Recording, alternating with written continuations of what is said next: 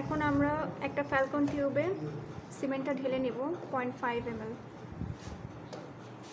অবশ্যই আমরা এটাকে স্টায়ারিং করে নেব।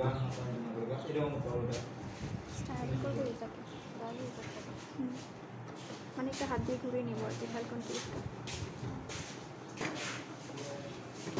0.5 ml পর্যন্ত আমরা নেব।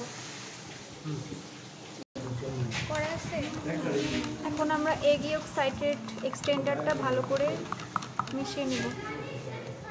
এখন আমরা 0.5 এর 10 গুণ পরিমাণ নেব, মানে 5 আপ টু 5 মার্ক পর্যন্ত আমরা এক্সটেন্ডারটা ঢালবো।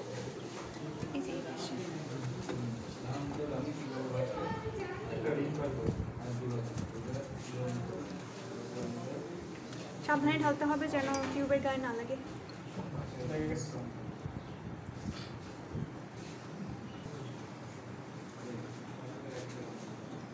এখন প্যারাফিন ঠিক আছে ফাইভ না না এটা রেজিস্টারটা লাগিয়ে দিব এবং খুব জেন্টলি 2 থেকে 3 বার এটাকে আমরা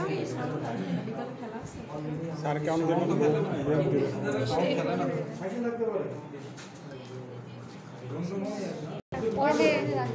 এরপর আমরা এই মিক্সচারটাকে ওয়ার্ম ওয়াটারে রেখে দেব 37 ডিগ্রি সেলসিয়াস তাপমাত্রায়।